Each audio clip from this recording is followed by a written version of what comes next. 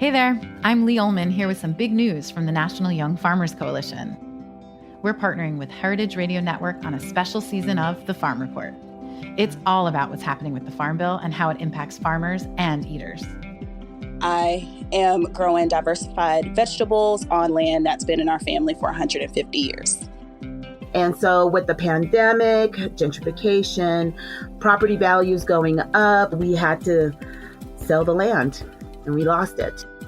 Join us as we uncover the untold stories behind this massive piece of legislation that shapes how we grow our food, what we eat, and so much more. The problems we have had, those are things that come from earlier Farm Bill and USDA policy, right? Like Earl Butz, get big or get out. You know, it's my responsibility to know not only what I'm eating, but then like how that all came to be. And realize like, wow, like this piece of legislation, all this money, like it's technically something that I support as a taxpayer. While Congress debates the next Farm Bill, this is not just an invitation to listen. It's a call to action. Be part of the conversation. Subscribe to the Farm Report on Heritage Radio Network, wherever you listen to podcasts. Today's program is brought to you by Heritage Foods USA, the nation's largest distributor of heritage breed pigs and turkeys. For more information, visit heritagefoodsusa.com. You're listening to Heritage Radio Network. We're a member-supported food radio network broadcasting over 35 weekly shows live from Bushwick, Brooklyn. Join our hosts as they lead you through the world of craft brewing, behind the scenes of the restaurant industry, inside the battle over school food, and beyond. Find us at heritageradionetwork.org. We talk about food. We talk about music with musical dudes. Finger on the pulse, snacky tunes.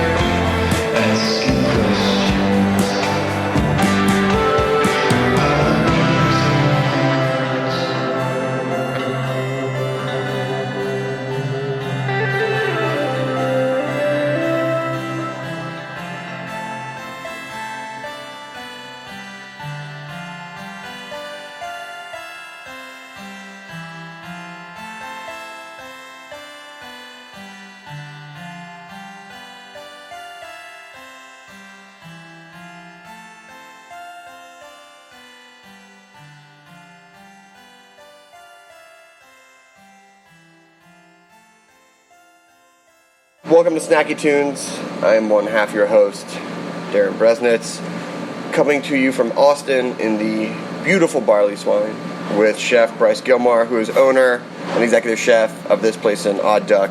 Welcome to Snacky Tunes. Thanks for having me. Yeah, thank you for making the time. You're born and bred Austinite, right? I am. There's very few of us around that could say we were born here and are still here. Has there been like an Austin flight of Austinites? I think it's just so many people have moved here from other places. Oh, that, sure. The population of folks that are actually from here is so few compared to the rest of Can you recognize their Austinites? I felt like when I was in New York, I could always tell someone who was born from New York. I was like, oh, you've been here your whole life. Not really. I haven't been able to. It's always fun to meet people that maybe you haven't crossed paths with before that ended up maybe going to high school down the road from you or something like that. So it's pretty fun. Now you're a second generation also Austinite working in food. Your father was he had a very big reputation. He still does. It still does as a chef and food guy around town. Yeah, it was quite an interesting childhood, I guess, when I think about it.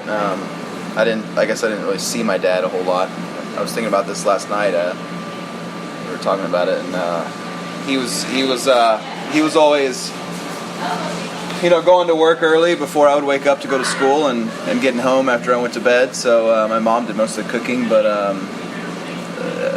my dad definitely tried very hard to be in our lives and do the chef thing as much as possible, because he was very committed to the restaurants and trying to do the best he could there, knowing that someday it would benefit the family and he would take care of us. So.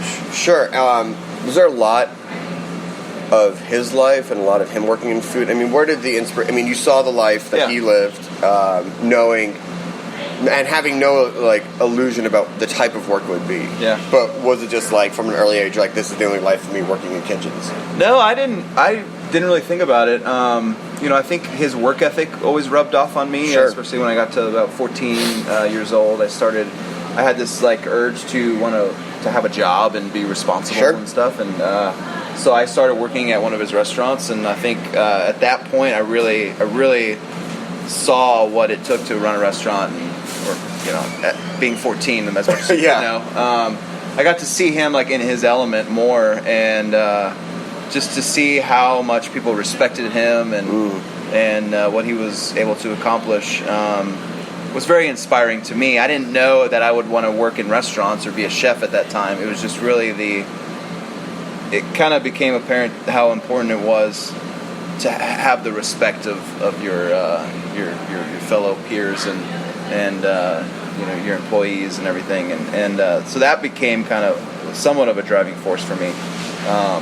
I always thought if I could have that respect for people like he had, no matter what I was doing, I think that would be very fulfilling and rewarding in its own. So I think it was when I worked in the restaurants throughout high school, and it wasn't till probably junior year or senior year when I started working more in the kitchen that I really fell in love with the industry and food and just the environment of being in a restaurant at that point. Now, your brother Dylan, who's also one of the owners here and is with you, was he bitten by the food sort of respect, sort of work ethic bug, or because it's very rare that you have a father who's a chef and then brothers who not only work in the industry together but work at the same restaurant together. Right. Would you guys have late night under the flashlight under the cover, we're gonna do a restaurant together? It's so funny. Not at all.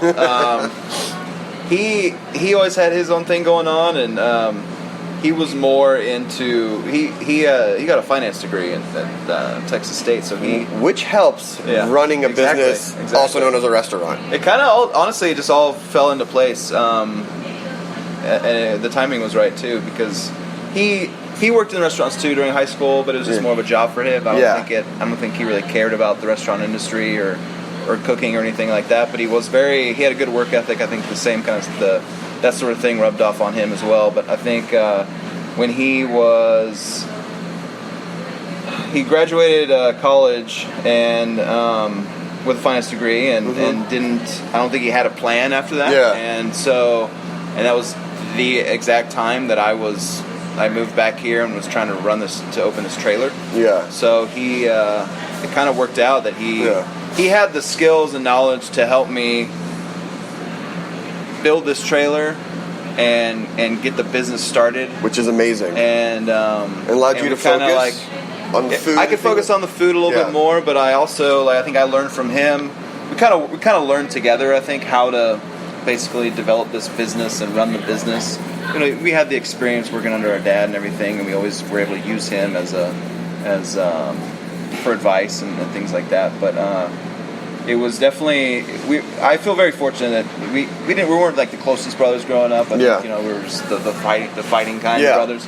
And I think the timing of it was just perfect, and I'm just so grateful that it was my brother that I was able to partner with, and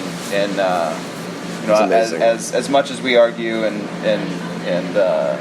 have our disagreements, be brothers. I think that we're brothers. You're brothers. I wouldn't want to do that with anybody else. So I think going into battle, which is what the restaurant business is every day, to have your brother by your side is pretty awesome, and I feel very, very lucky that it worked out that way, and that he was not able to find a job right out of college, because otherwise, things would be a whole lot different. So right after high school, you went off to San Francisco for culinary school, and that's really where you started seeing that first farm to table. Because Austin, now you would associate Austin as like a farm to table town, but back then when you were living there, that was not so much. It was very much tacos and brisket and Tex-Mex. So what was it like to go to San Francisco and see the network between restaurants and farms, and how did that start shaping your mindset of what you were going to build? I think initially, so I was 19 when I went out there, and I'd only known Austin really. Yeah. And so it was not just related to food, but just the environment in general, living inside of San Francisco, going to culinary school there. This little kid from Texas was such an eye-opening experience, and I learned a lot, and I got to see a lot, and then I was also exposed to different cultures, different kinds of cuisine, and just what a high-level restaurant was. And then you start seeing all the California produce and everything that it has to offer.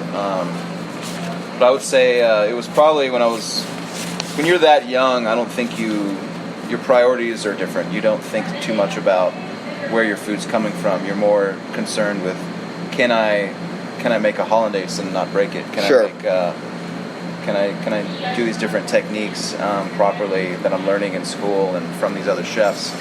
And then I think as you kind of develop that and get more comfortable with just the basic cooking techniques, you start to think a little bit more about the food and the ingredients. And it was probably when I was more mid-20s that I really cared more about where my food was coming from, and made that more of a priority for myself as a chef. And taking those learnings and then coming back to Austin after culinary school, you wound up at Wenk, which would arguably one of the first better I don't know if you can argue that. I mean, I think that okay, let's just say it then. The first farm to table restaurant in Austin. That committed. Yeah. That committed. I'm sure we obviously every restaurant's buying from some farmer somewhere. Yeah, but, technically, going to the farm every week and picking up stuff for the menu, creating a menu based off of the ingredients that you lay on the table that you just picked up from the farmer. Yeah. That I didn't see that anywhere else. How did you wind up there? Was it just happenstance, coincidence that you your eyes are open to this a bit in San Francisco, and then you come back home and here's this restaurant doing exactly what you learned about? I mean, that was definitely a really cool way to approach it. I remember Eric would go to Boggy Creek every week and just throw all this stuff on the table, and then everyone that was working a station would kind of grab stuff that they wanted to create for the day, and just the idea of saying, here's what's available to us, here's what we have right now, this is in season, what do we want to do with it? Let's create a menu based off of this. Let's not have these these pre-conceptualized idea of the menu, and then go and try to source it. And if it happens to be local, great. If not, whatever. I think that that mentality wasn't the direction that I wanted to go. Yeah. It's more of like, I think once you reach a certain point, you kind of accept the challenge of what farm to table really means, of what it is, and the concept of creating based off of what's available to you. If you want to confine yourself to the restrictions of Texas produced. Yeah. But once you're here long enough, I mean, you've been here for years, you sort of have an idea, like you have in your mind and in your notes, you know it's available in January, February, March, right? You can plan a little bit better. We know, we have a general idea. I know like things that are just never ever going to grow here. I know things that we would like to grow here that some farmers are starting to grow. And like a general idea of when things will be available, but I'll be honest with you, like every year is different. No, of course. And everyone down here is very challenging for the farmers because the climate down here is so unpredictable, and the seasons are, like I said, every year is different. I think that we've got in the last 7 years that we've been doing this since the trailer opened. I mean, we've seen major flooding, major droughts, heat waves that are broken records, cold snaps at random times that kill things that that end up producing an inferior summer, stone fruit or something. Sure. So basically everything you can think of we've seen, and it's just every year is just like one of those things. And this year we didn't have very much cold freezes in the later winter, so there's a lot of bugs now, and they're just destroying everything out there, So it's nature. It's nature, and I feel like the farmers are challenged more than us, and they're still giving us product to work with, which is amazing. There's always every season, all year long, there's always plenty of product to create a menu around, which is an amazing feat. Yeah. And so, before you started the trailer for Odd Duck, you left Austin one more time, and you went to San Francisco, but you went to Aspen. And that was important, I think, for two reasons. It was another eye-opening for the quality ingredients, but you also met your future business partners there. What was your time in Aspen like? Aspen was always on my radar as a young cook in my early 20s, and I looked at going there for my externship after school, and just kind of always kept it in the back of my mind as a place to maybe check out, because I knew that there were good restaurants, and just something struck me about that place. But the timing was right. Again, I was looking for a change, looking to maybe move somewhere else, and a lot of this stems from my wife. At the time was not my wife, but she got accepted to medical school in Lubbock, Texas, and I think we were 24 years old at the time, and I was like, babe, I can't, I'm not going to move there with you. Yeah. There's nothing for me in Lubbock. So she went up there, and I went to San Francisco again, and then on to Aspen. So, I mean, I kind of I had this bug, this urge to keep traveling and see what's out there. But Ryan Hardy came up, and the fact that he had a farm and was doing really high quality Italian cuisine was intriguing to me, so I wanted to check it out. And it kind of worked out that a couple of the guys that are partners at Odd Duck and the future project, we met there and got to cook together. And after a year of doing that, I decided, I told them I'm gonna move back to Austin and open this food truck, and I think they all thought I was crazy. Well, I mean, but that was 2009, and if you said that now, they'd be like, yeah, that totally makes sense. Well, look, we're going to take a quick break. We're going to come back and talk about the opening of Odd Duck, the fact that your brother couldn't get a job, and we're going to hear a track from the archives live on Snacky Tunes here on heritageradionetwork.org.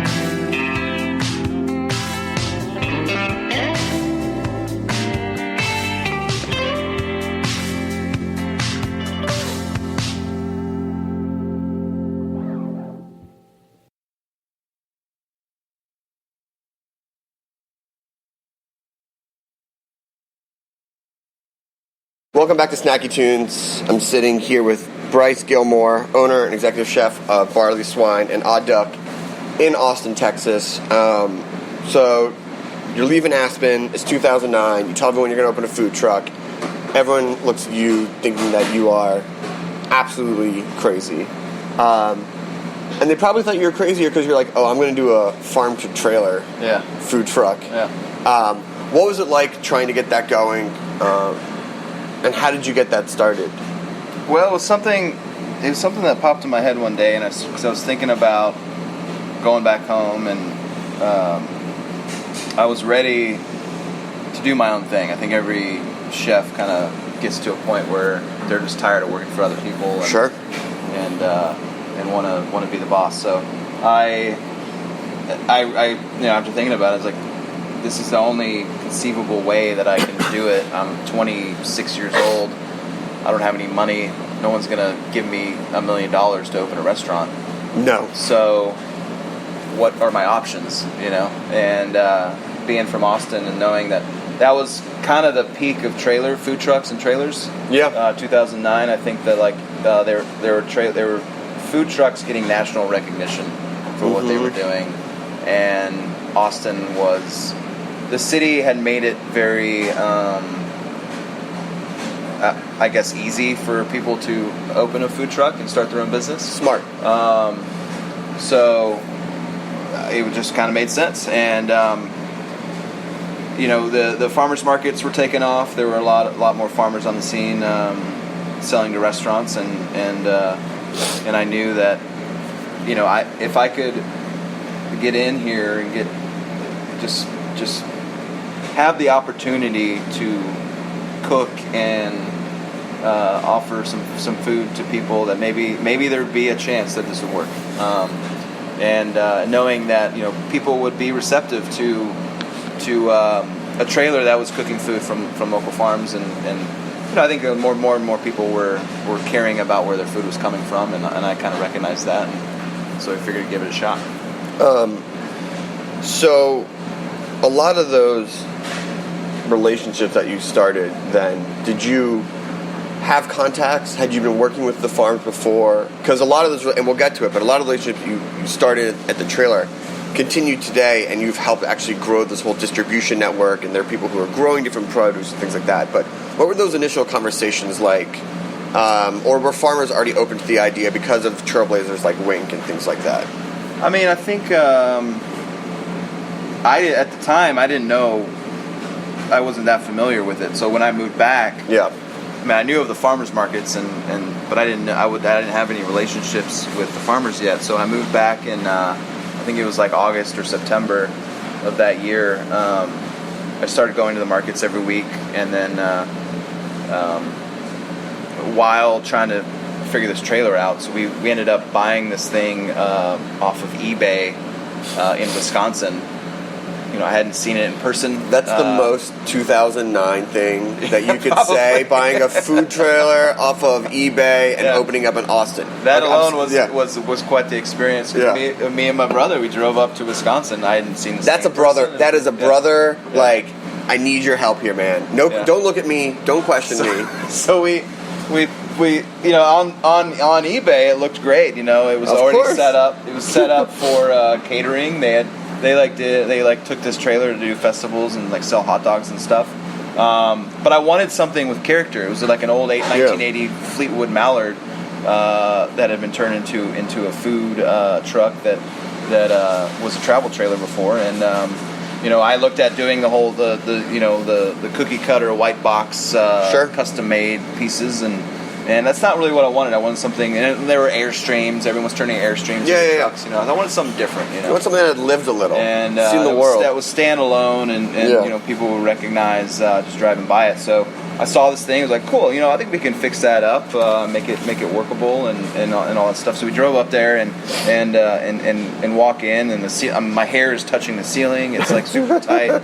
It's a mess. Nothing in there is working. The electrical was all crazy, and the plumbing was all crazy, and so but it was like a couple $1,000, and I looked at my brother and let's just buy this thing. And he was your business advisor, so if he said yes So yeah, and we, it was like it was the name of that trailer was Laura's Wiener Wagon. Of course. And it was painted all over the thing, and we were like, well, we're gonna have to drive this thing down. We're gonna drive this thing down, and we'll fix it up. So we finally got it out of Wisconsin and brought it down, and I think it was such a weird looking trailer. We got pulled over in like Nebraska or something. Of course. People thought we were smuggling drugs back to Texas. So we got it back down here. We spent the next 3 months. We gutted the whole thing out. I had to do a lot more work to it than we originally wanted or anticipated. We had we did this. My dad had all the tools, so we just kind of parked it out there and spent the next 3 months basically gutting and turning this trailer into something that we wanted, where we knew we could cook out of. And during that time, I was able to kind of go to the farms and check out what was going on, so that we could have a better sense of what was available to us when we were ready. And we ended up opening in December, which is not the best time to open a food truck because of being cold outside. That is also directly tied to farms. Yeah. So we I think we were still getting corn at the time. Well, that's good. I guess it was a little warm. Our December is going to be warm down here. So, but it was definitely a rough January, February. But I mean, as rough as it was, maybe right when you opened, the recognition came pretty quickly. I mean, Bourdain came down, Zimmerman came down. Yeah. I mean, did you just sort of feel that niche that people didn't really know that they had been looking for and needed? I didn't realize that, people loved pork belly sandwiches so much. They do. They do. And again, 2009, 2010, pork belly was still just like new. It was like, what is this? Yeah. Yeah. And so I mean, I always loved pork, and obviously pork belly is like, if you love pork, it is the quintessential just porky dish that part of the pig that you're going to get the fat and the gelatin and all that stuff that the pig is known the great things it has to offer. Yeah. And we were cooking everything over a wood grill. That's amazing. So we had this, and that's a whole other story. I could fill 30 minutes talking about this thing. Where we put a 4-foot wood fire grill in this 20-foot trailer. Oh, it was inside the trailer? Inside the Not trailer. behind the trailer. No, it was inside the trailer. Oh, but God.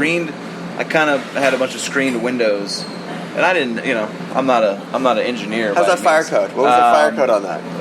Well, again, the city made it very easy to do this stuff because I didn't have any propane. The fire marshal wasn't involved in my truck at all. Smart.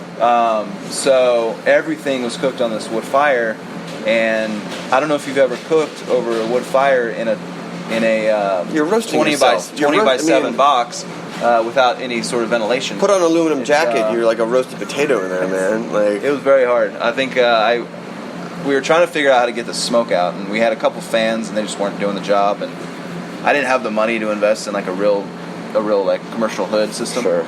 So after I think the first 4 days of being open, the 5th day I woke up and I couldn't open my eyes because the smoke had been so damaging. Just standing there, like I couldn't even like look at the grill while I was grilling. You had smoked your eyes. So we were like, I can't do this anymore. So we ended up. I think my dad had this idea. It was like we put a bunch of fans on the outside to suck it out, rather than like have something blow it out. It was like, let's put them on. And then you were good to go. So we were good to go. We figured it out. I mean, it was still a really challenging thing, but we wanted the wood fire because, I mean, obviously you have that flavor, and we thought that would be just that extra bonus to our food. Cooking pork belly over a wood grill is pretty awesome. I mean, that love of pork led, and beer and food and everything led to your first brick and mortar, Barley Swine. How did that open? What made you decide to open up a full restaurant that wasn't just like odd? Because a lot of times it goes like odd duck trailer, odd duck brick and mortar. You decided to open up something different. Yeah. Well, when we started the trailer, the whole idea was to have a restaurant. Yeah. So it was in hopes it was it was like a first step towards that. So luckily, I mean, this space came along within, I think it was like 8 months after opening the trailer, and I saw a lot of potential in it. It was small enough. I think it was like a next good step for us because it was something we could naturally move into and figure it out. And then we signed the lease, I think, a couple months after that, and so we were open a year after opening the trailer. And I think we didn't use the Odd Duck name because we had the trailer still operating, right? And I wanted something different. We were kind of going for this gastro pub kind of concept. I remember I was there early days. Popular at the time also. Really inspired by like New York and large cities and like large cities with really tiny restaurants and trying to cram as many people in there as possible. So it was all communal seating. I think we had 30 to 40 seats. It was like 1,000 square feet, and it was cozy. It was cozy. But we made it work. So Barley Swine's going, you shut down the trailer, and then you just focus, you switch over to a tasting menu only at Barley Swine. Yeah. I mean, how many farm-to-table tasting menu restaurants were there in Austin? Okay. So being the first farm-to-table... Well, Wink was doing they had their option, their prefix options. Yeah. How did Austin react to that? Had people been brought along slowly enough to understand like what you guys were doing? Well, honestly, the reason I switched to tasting menu only at the original Barley was because of the opening of Odd Duck, the brick and mortar. Right. So you shut down the trailer, then you open up the large. Yeah, like a couple years after the trailer closed, 3 years into Barley Swine being open, we found this other space. It was right down the street from Barley Swine, actually on the same lot that the trailer was. It was developed into this condo that had one restaurant space on it. And it's amazing. Like, I want that. So I did everything I could to convince the landlord to let us put Odd Duck there, you know. And they bought it, and so we went with it. And at that time, I was like, well, I don't want the restaurants to compete with each other because I want to kind of have a similar concept. Sure. You know, we do shared plates, small plates, trying to encourage people to order a bunch of stuff and try a bunch of different things. And I wanted to do the same thing there, and so I was really hesitant, but it kind of just made sense to do the tasting menu there. And, I wasn't sure how people would receive it, but it was kind of becoming more popular around the country. Yeah, where chefs were doing it. So I thought it'd be, let's be the first people in Austin to have a tasting menu only restaurant. And it was gangbusters. I mean, yeah. It was, we could sit here and go through the entire list of awards and nods that you see, but what you've done in Austin has been recognized locally, nationally, James Beard, Eater, everyone. But I think obviously the restaurants are beautiful and important, the food you're doing is saying something, but one of the things that I love the most is, and we touched on this earlier, the network that you've built of farmers. Like you have restaurants that change the actual way that people live their lives and what they grow and things like that. How has that been? How have you helped create this distribution grow network, and how have you seen its influences, in the city and beyond? I feel very fortunate that I get to be one of many guys in Austin right now they're trying to do the same thing. There's a lot of respectable chefs that care about where their food comes from and make it one of their priorities to support the local farmers, knowing that they are the future of our food. Yeah. And if we don't continue to see growth with the farmers, then we're going to be in a bad spot. Real bad.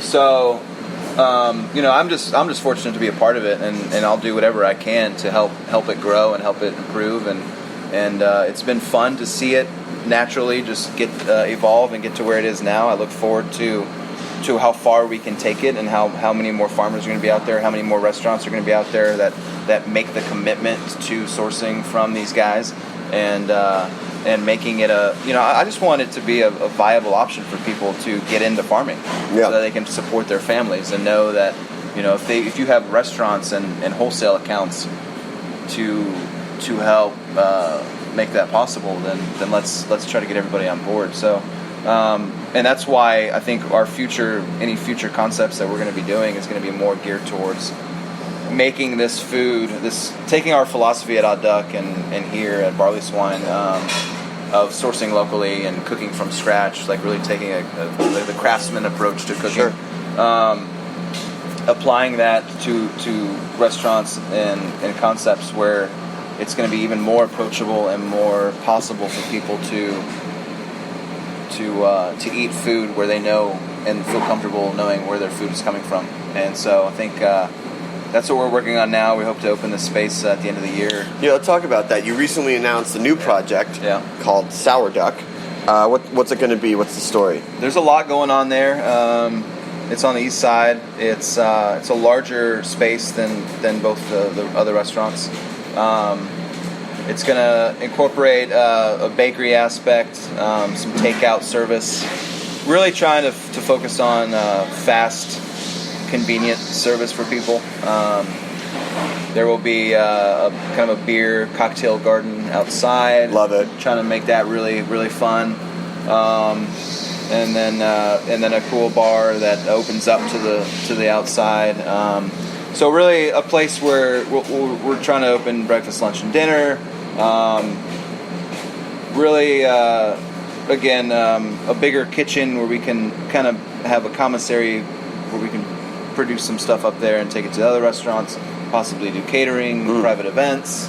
So it's like the commissary, like kind of building a home base. Home base commissary, the clubhouse. Yeah, say clubhouse. For what we got going on now, and then any future projects that we. So there'll be some R&D in there, like an area for you guys. I think so. I mean, we're also gonna take the old trailer and turn it into a big smoker. So. Oh man. A big like full 12-foot smoker in there. Where's it living right now? Where? The trailer it's in storage. So it's at my buddy Dave's house, who actually built the wood oven at Odd Duck and our wood grill and hearth here at Barley Swine.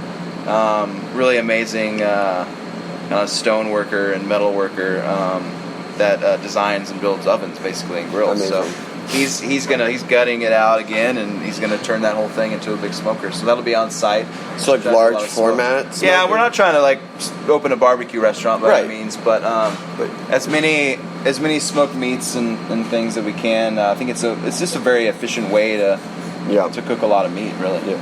Well, Bryce, can't thank you enough for sitting down talking with us. Absolutely. Congratulations, Odd Duck, Barley Swine, Sour Duck. When's that opening? Hopefully by December. Awesome. 2017. Well, we will be back down to check it all out. What's Instagram? What's the website? Where can people find you guys? BarleySwine.com, OddDuckAustin.com. It should be pretty easy. Awesome. Well, we have a live performance coming up next, and then we have another track from the archives on Snacky Tunes here on HeritageRadioNetwork.org.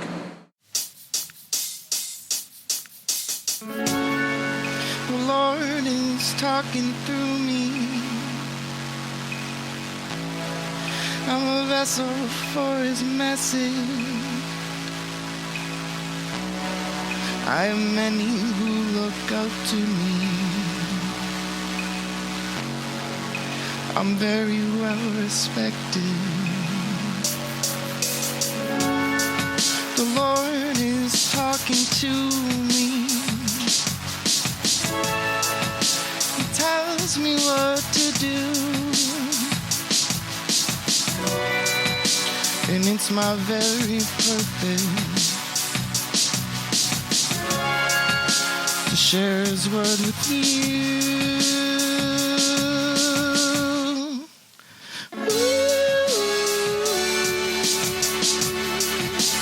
Tell them what they wanna hear.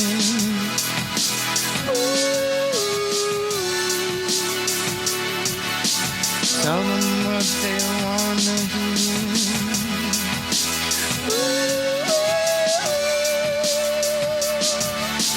Tell them what they wanna hear.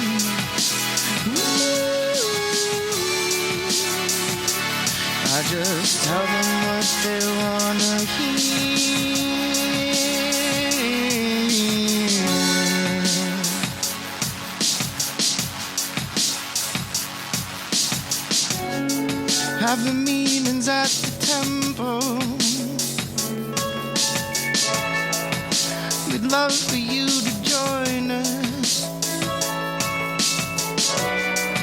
We don't care about your color, 'cause only God can judge us. Hey, could you come to California, to the new Garden of Eden? We're gonna give all the believers something to believe in.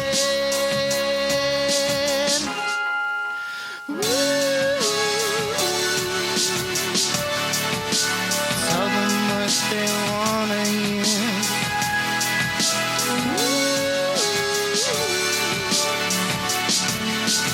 Tell them what they wanna hear.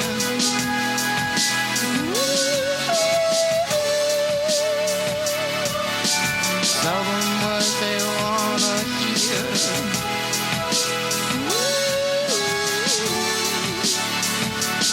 I just tell them what they wanna hear.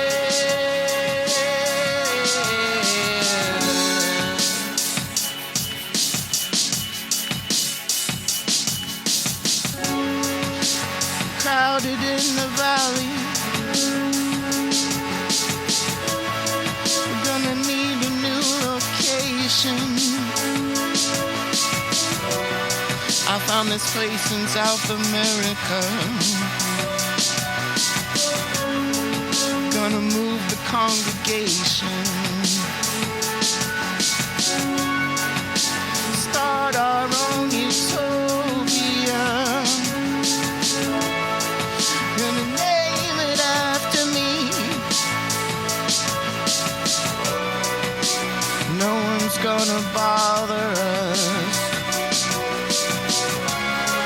We can finally be free. Lay down your life with dignity. Cross over to the other plane. No more pain. Now close your eyes. I will see you on the other side.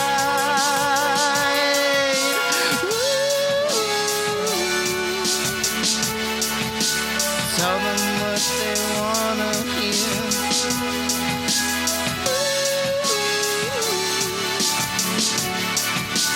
Tell them what they wanna hear.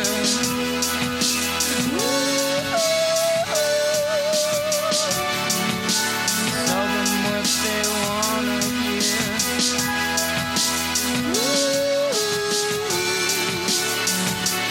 I just tell them what they wanna hear.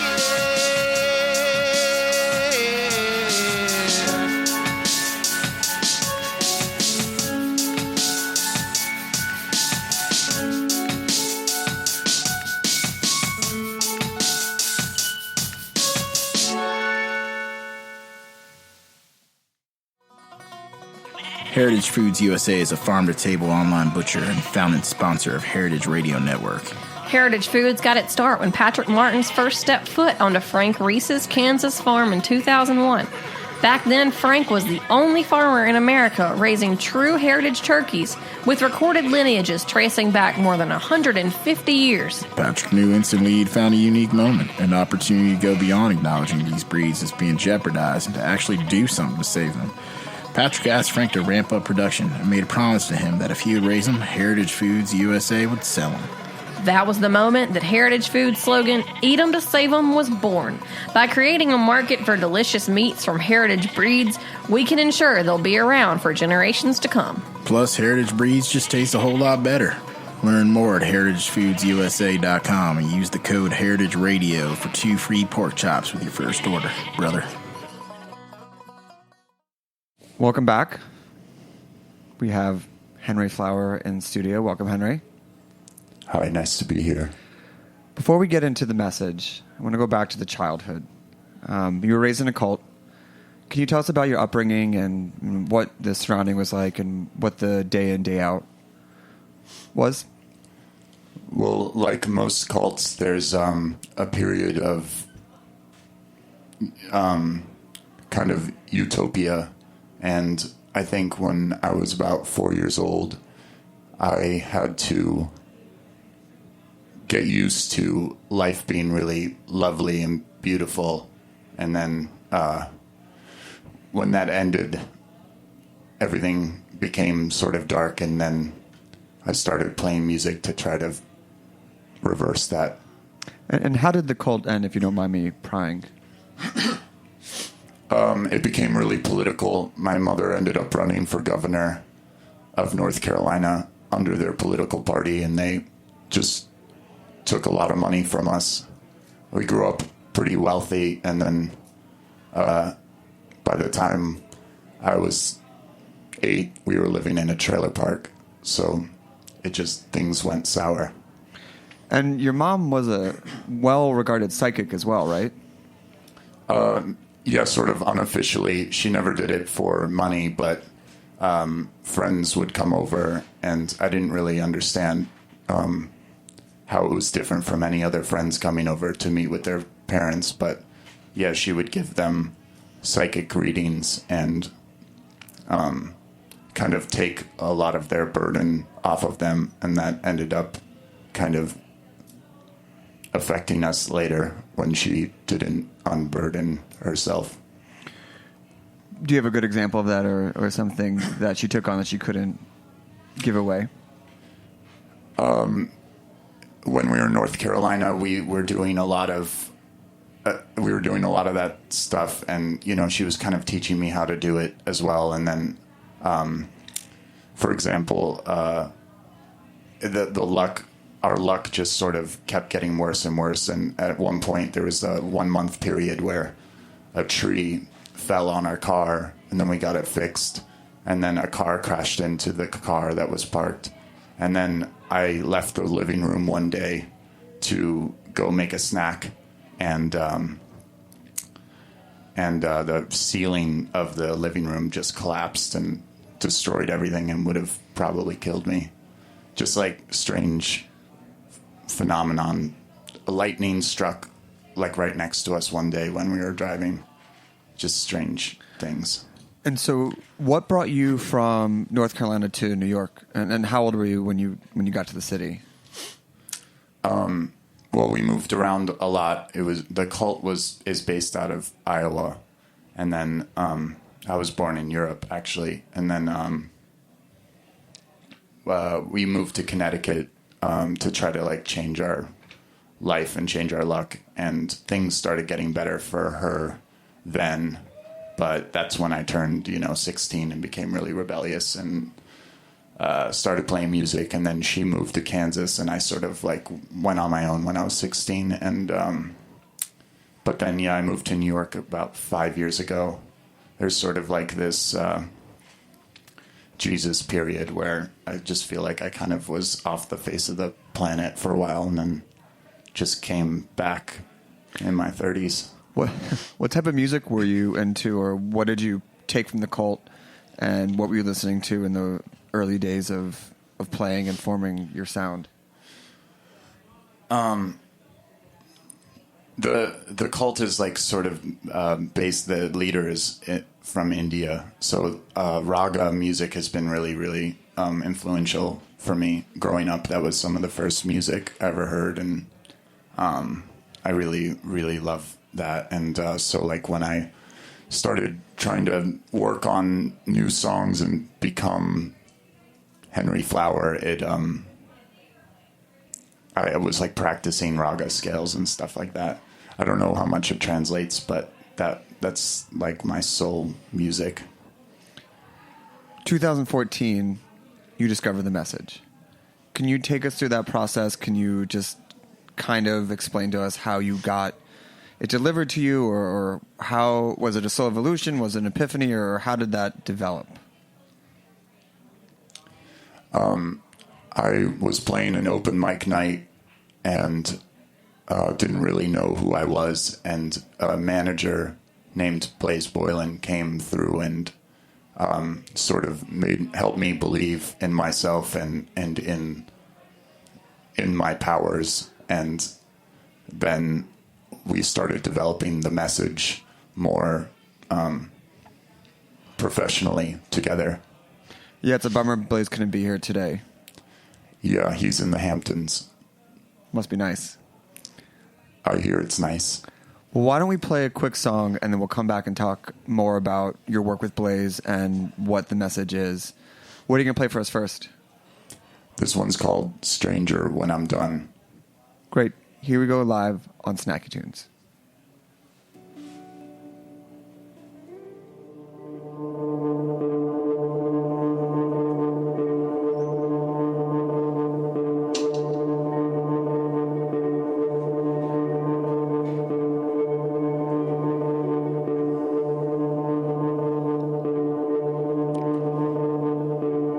It's been a while, so I think I'll write a song that I can sing to myself.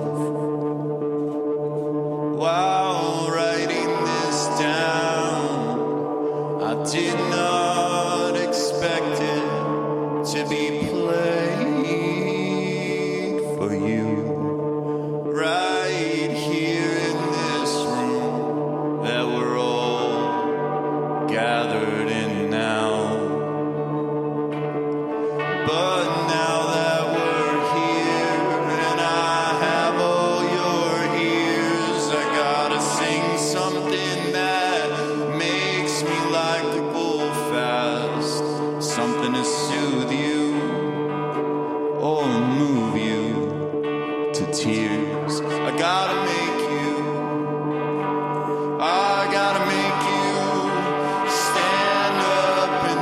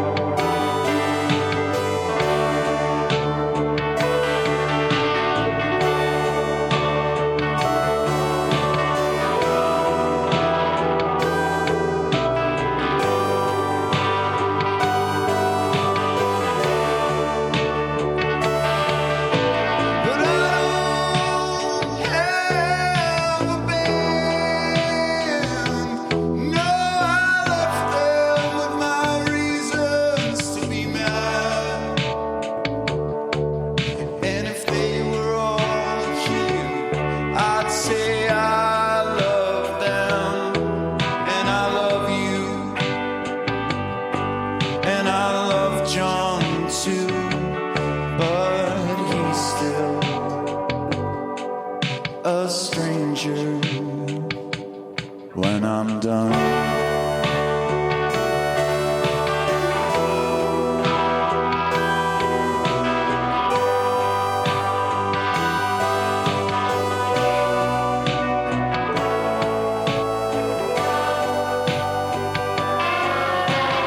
This is my song to break the spell. I'll sing it so loud they hear me down in hell. It's the one that forgives me for the lies that I've spilled.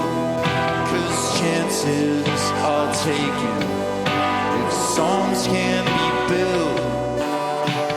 There was a time that I said there was nothing worth more than ever been in my bag. Oh, and the sweat in my eyes. But it's just me up here now, and it's you down below. It's a strange relationship to have. Even stranger when I'm done here. Still a stranger after this song. Except I'm stranger, it's just hard to tell. He's hard to approach. Is he sad or is he fun? It's even the stranger when I'm done. Stranger, when I'm done here. Stranger, oh, when I'm done here.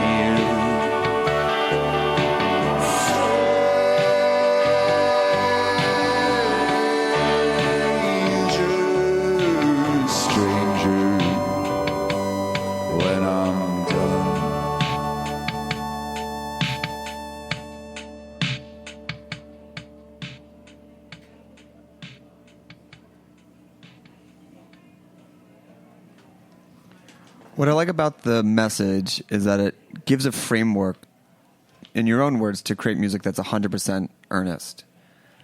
What makes music, or your music, 100% earnest as opposed to everything else that came before it? Well, I think today all people are, or most people in America are on social media and they're creating their own personas.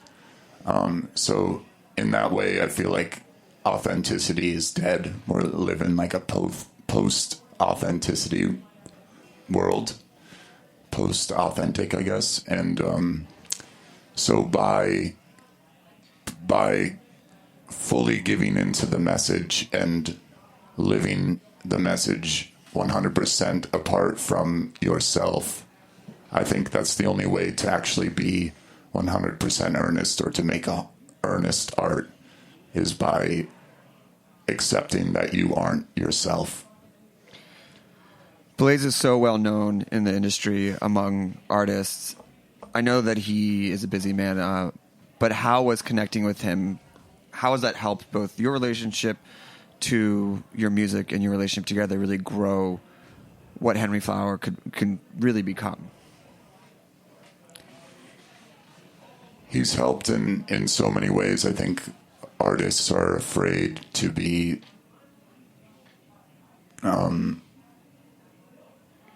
capitalistic or opportunistic or something. They want to just focus on their art, and Blaze Boylan allows me to do that because I don't have to think about anything except the music I make with my band and the community of artists here in Brooklyn and Queens. He really fills in that side of the ability for you to make as much money as possible, to really bring in all the opportunities. So it's almost like a church and state. So sorry if that's a weird thing to say for cold people. No, that's fine. Okay, I'm sorry. Where he allows things to be, all the business opportunities, all the money, all that stuff, and you are protected to make the art and spread the message. Do I understand that correctly?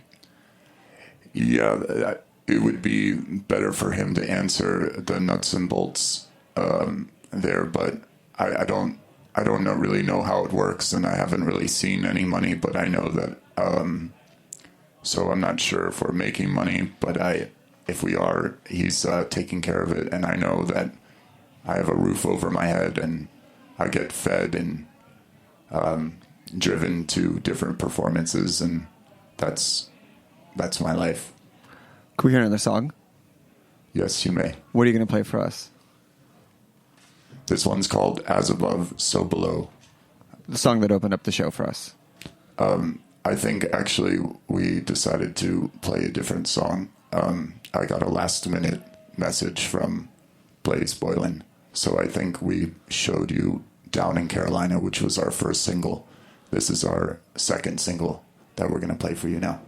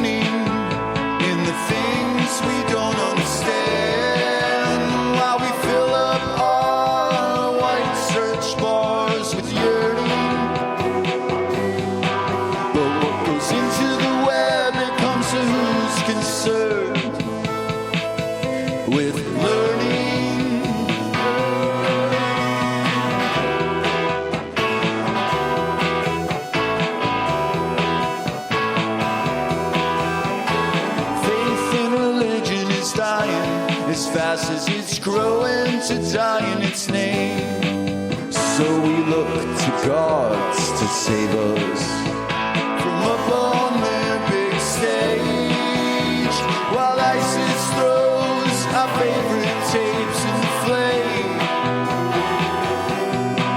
Oh, what goes up in the night, it must come down in the rain.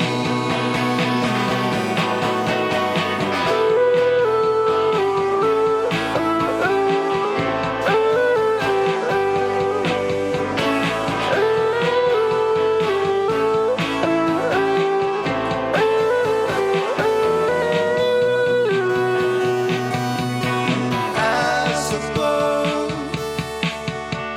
so below. It's the same feeling we all grew up with. The means will need an end. It's a choice for us all to divide enemies from friends.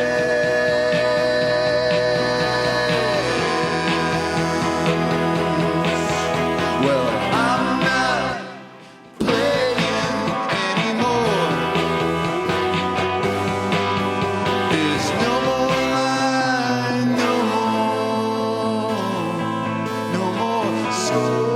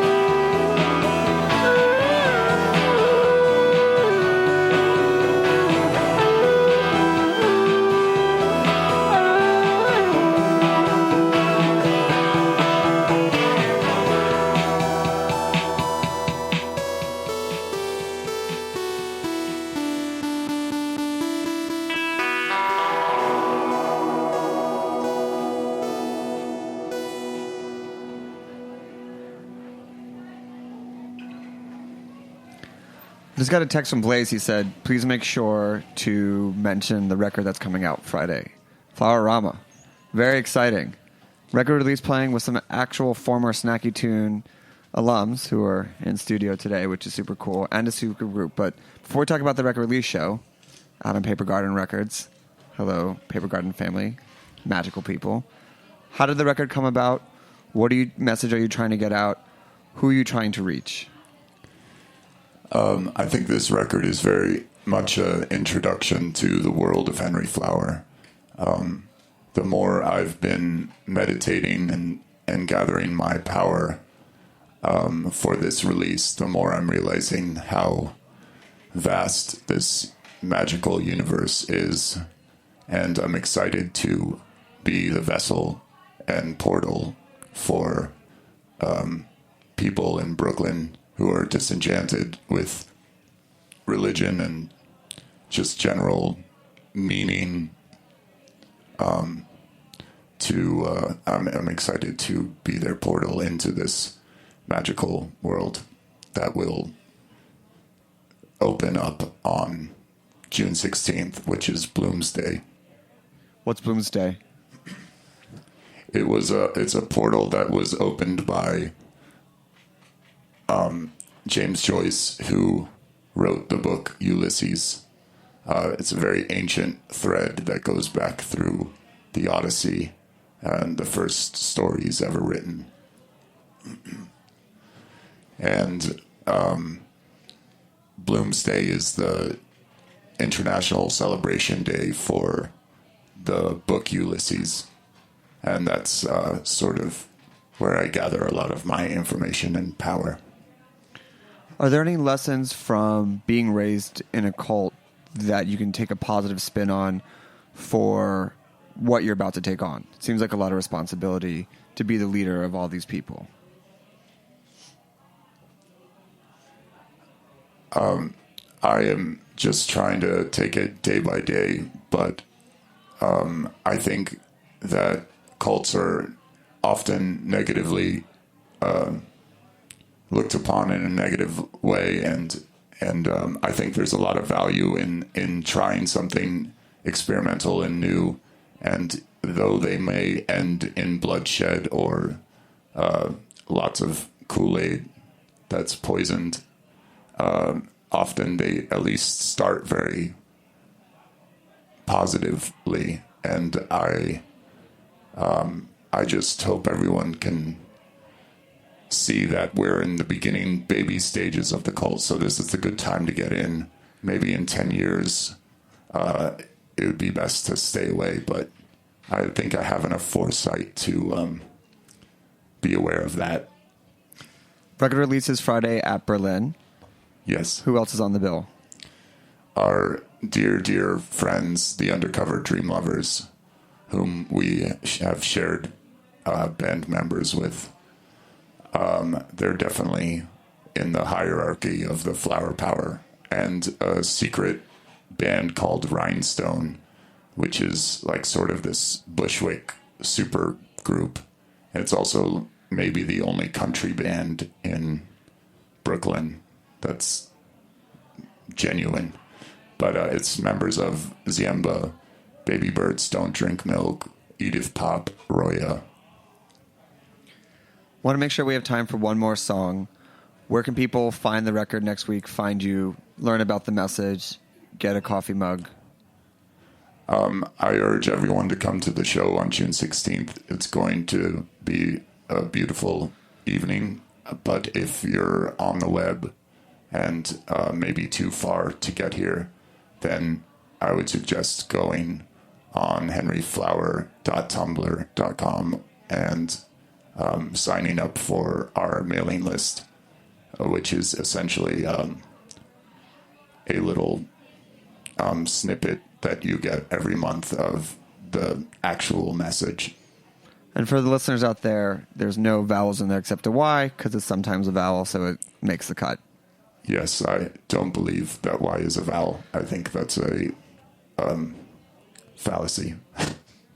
Well, thanks for joining us. Thank you to Chef Bryce Gilmore as well. If you like this episode and you want to hear more of the archives, especially our episode with the Undercover Dream Lovers, go to the Snacky Tunes podcast and subscribe. We're in there. Leave us a review if you feel so inclined. What are you going to take us out with? This song goes out to all the little siblings and the underdogs in the world. It's called Little Brother.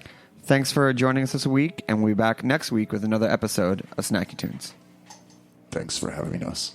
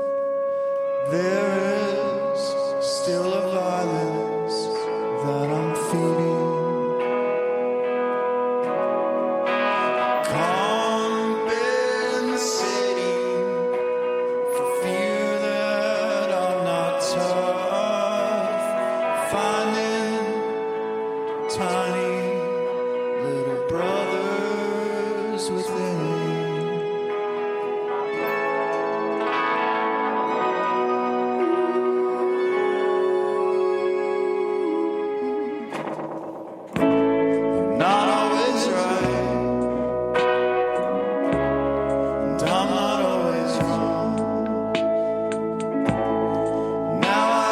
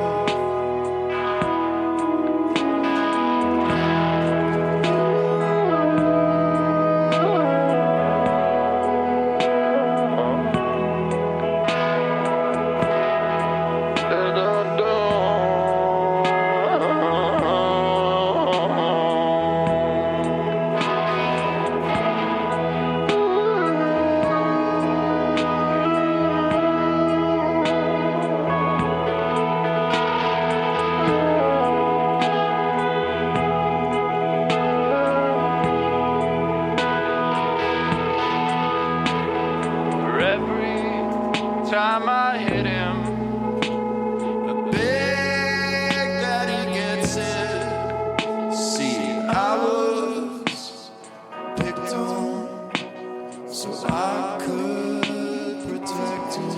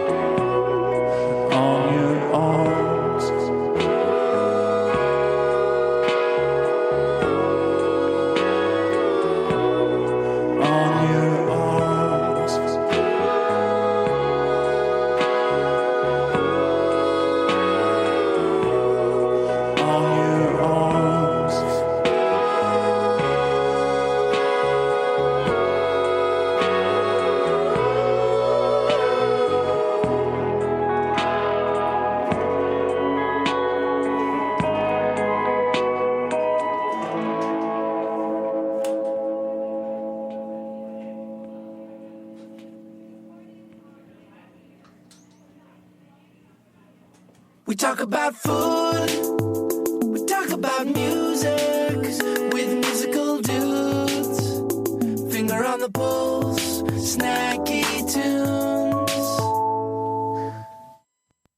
Thanks for listening to Heritage Radio Network, food radio supported by you. For our freshest content and to hear about exclusive events, subscribe to our newsletter. Enter your email at the bottom of our website, heritageradionetwork.org. Connect with us on Facebook, Instagram, and Twitter at heritage_radio. Heritage Radio Network is a nonprofit organization driving conversations to make the world a better, fairer, more delicious place. And we couldn't do it without support from listeners like you. Want to be a part of the food world's most innovative community? Rate the shows you like, tell your friends, and please join our community by becoming a member. Just click on the beating heart at the top right of our homepage. Thanks for listening.